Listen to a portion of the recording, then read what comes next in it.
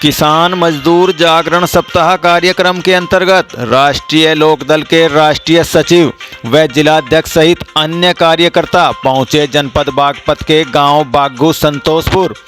इस अवसर पर राष्ट्रीय लोकदल के राष्ट्रीय सचिव सुखबीर सिंह गठीना व पूर्व युवा जिलाध्यक्ष ने क्या कुछ कहा, आइए जानते हैं।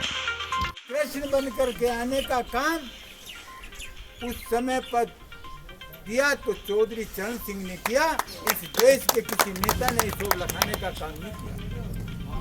मैं मीटिंग में था, मैं त्यागी के पिताजी ने ये कहा था कि हम कभी चौधरी चरण सिंह के साथ नहीं रहे, हमने कभी चौधरी चरण सिंह को राय नहीं दी।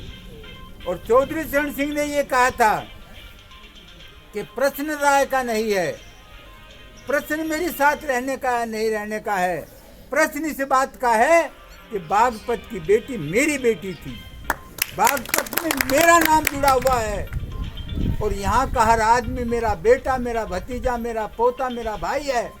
यहाँ के आदमी पर यदि कोई अंगली उठाने का काम करेगा तो हम उसकी अंगली काटने का काम करेंगे। और हम वोट किसी की दे लें, लेकिन यदि बाहर जाओगे और जब ये बताओगे कि बागपत के हैं तो कहीं ना कहीं आपका नाम चौधरी परिवार से जुड़े, इसको आप रोक नहीं सकते।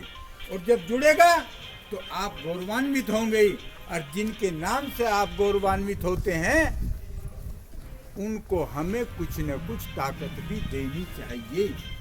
हम पूरे देश के अंदर हमारी पार्टी राष्ट्रीय लोकदल जनपद जनपद गांव-गांव 7 दिन का एक साप्ताहिक पखवाड़ा रखा है।